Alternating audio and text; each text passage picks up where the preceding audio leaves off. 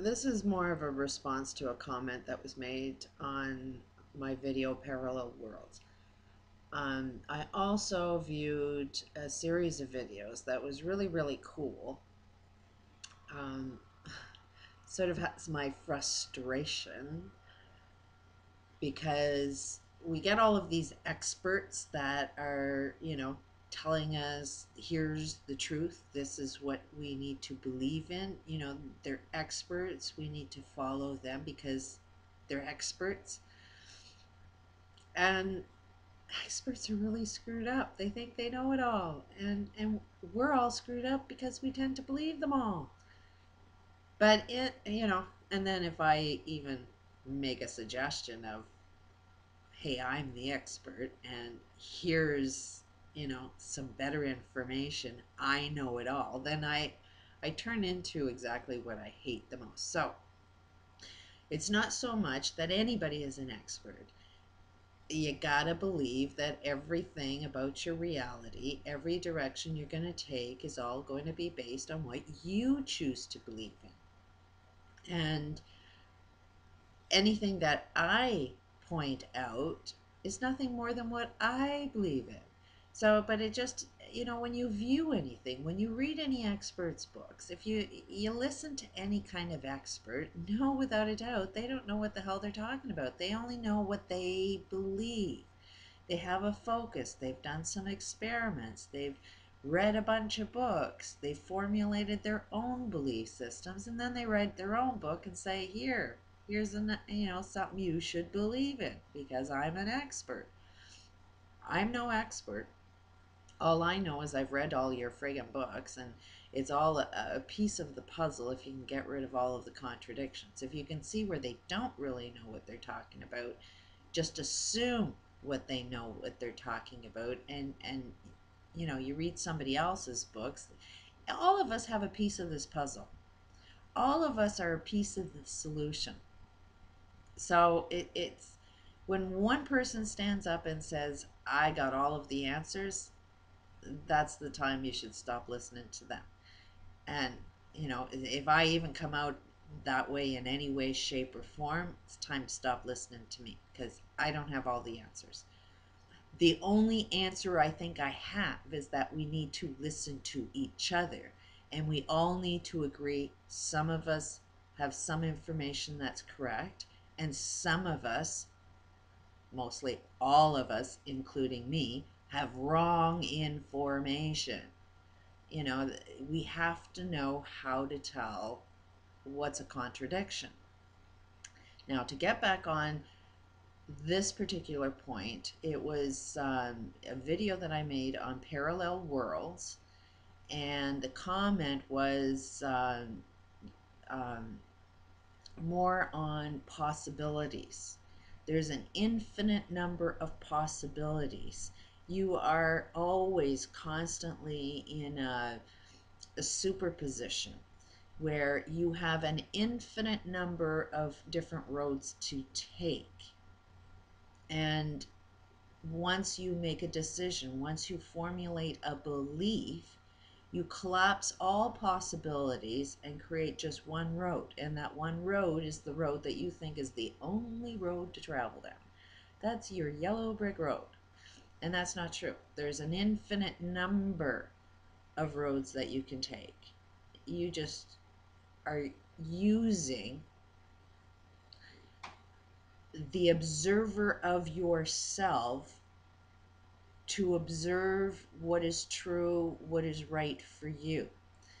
It's that observer, and that's the distinction that I want to make. There's a parallel world going on, and there's infinite number of potentials that can be created out of those parallel worlds.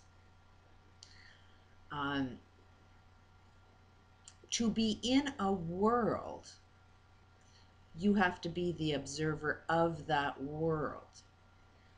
And that's why there's two parallel worlds. There's a negative and a positive. You have a negative and positive aspect of yourself. It's that little voice that says, no, don't do that. Yeah, do that. you know, this will be bad for you. It won't hurt nobody. Yeah, you're going to be okay. You know, you have a voice that tells you look at it from a positive perspective or look at it from a negative perspective. You know, look at all things from a hate perspective or look at things from a loving perspective. If you see the love in everything, everything, even the things that you hate, your whole world, all possibilities completely change. All potentials completely change. Every single aspect of how you will perceive reality will be completely changed if you live in that parallel world that sees the positive about everything. There is no negative in a positive perspective. A problem, a challenge may appear to be negative, but if you're viewing it from a loving perspective, then all challenges, all obstacles are nothing more than lessons. And it's like, do you love being dumb or do you love being smart? You know, do you get smarter after every lesson? Do you get wiser after every lesson? Do you get more education from every lesson? I mean, what do you gain by overcoming a lesson? Look at it as going to a university and you graduate. You know, when you go to a university, it is challenging. You have to take tests. You know, those tests are our challenge, our personal challenges. You know, like life is nothing but a friggin' test, you know, and it's like, will you pass the test or will you fail and have to do it again? You know, it's this game that's going on. That if you only see it from a very, very wide, open perspective, do you get to see what the big picture is. But if you're looking at it from a loving perspective, then you can't see negative. There is no negative.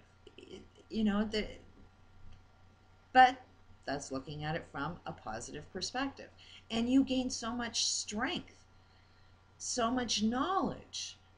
You build yourself by looking at things from a loving perspective. And that is one parallel world. The other aspect of that parallel world is the hate, the anger, the frustration. You know, how do you handle that black hole of your life? You know, that challenge is always going to be a black hole. There's always going to be an event horizon to it. It's the same in the quantum world as it is in the universal world. You know, something will draw you into that challenge, and it's how you're going to deal with it. And if you're going to deal with it with hate and frustration and, oh my God, I can't believe they did this to me, and oh, they're so cruel, and I got to get even, and yeah, if they're going to be mean, then I'm going to be mean. I'm going to turn into everything that I hate. You will. Everything that you hate, you only hate because somebody did the same thing to you. And now you, without you even noticing it, are going to turn into the very thing that you hate. Kind of look at what gangs are, or mafia, or, you know, anything that is a negative behavior within our communities. You know, the criminals. What turns a criminal into a criminal? Crime. Somebody committed a crime against them, and then they turned into exactly what was done to them. But we can't see that. You know, slavery, it was the worst possible thing that we could ever do to a human being. We've done it to, you know, African Americans. We took them over to our country. We enslaved them. We didn't give them a life. We didn't give them any, you know, we fed them just so that they could work, but we didn't give them equality. They built everything around us. I mean, if you want to see how anything was built, it was built by slaves, you know, and you know, then we're going to make them free. You know, we're going to give them, they can own land, you know, oh, they can vote, you know, but all we did was make everybody else slaves, and the rich still kept the richness and just made a bunch of other people get trapped into the game of slavery by controlling the justice systems, by controlling the economic systems. Go look at Roots. It says keep the slaves dumb, otherwise slaves won't work if they're not happy. And if they have too much information, they won't be too happy. So it's keep them ignorant. But what has happened with the slaves? And you know they either fall into the parallel world of anger and hate, and then they end up, there's going to be some guy in the neighborhood that's going to dominate everybody else, and we have gangs, and you better join my family, you better support me, and they start being the slave masters in that community. That's why your kids are scared. They can't do anything because they got to do the same thing as the slave master, which is nothing but a criminal. But what started that criminal? What started these gangs? And it was the slavery that was done to them has now turned them into the slave masters that they hate. We aren't seeing that. But if you're going to live in a reality of hate, and you're going to perceive all of reality from a hateful, fearful, get even frustration perspective, then all of your potentials, you're still in, this superposition with an infinite number of potentials. But if you're only going to be the observer from the parallel world of negative, then your whole entire path, every single road you choose that's infinite, will be negative. So there are two parallel worlds happening simultaneously. You, the observer, choose to look at something from either a positive perspective or from a negative perspective, and both worlds are happening simultaneously. It's not like you have to go out there or it's in a different universe. Yes, it is a different universe. It's a different universe in your friggin' mind.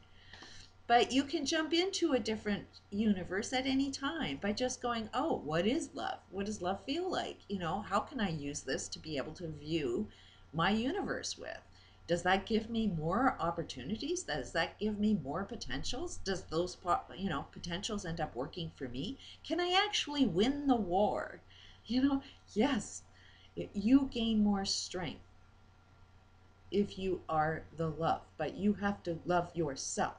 Because while you're in the hate, anger, frustration, ultimately you are not loving yourself. It's not so much you cannot love the world. You cannot do anything good for the world. You can't accept anything good for the world if you don't think you deserve it first. You have to love yourself first. You have to love every aspect of your body, your mind, your soul. And when you love yourself, then you can see. Then you jump into the parallel world that views it from a loving perspective. And all potentials are there. The infinite potentials are there. Peace out.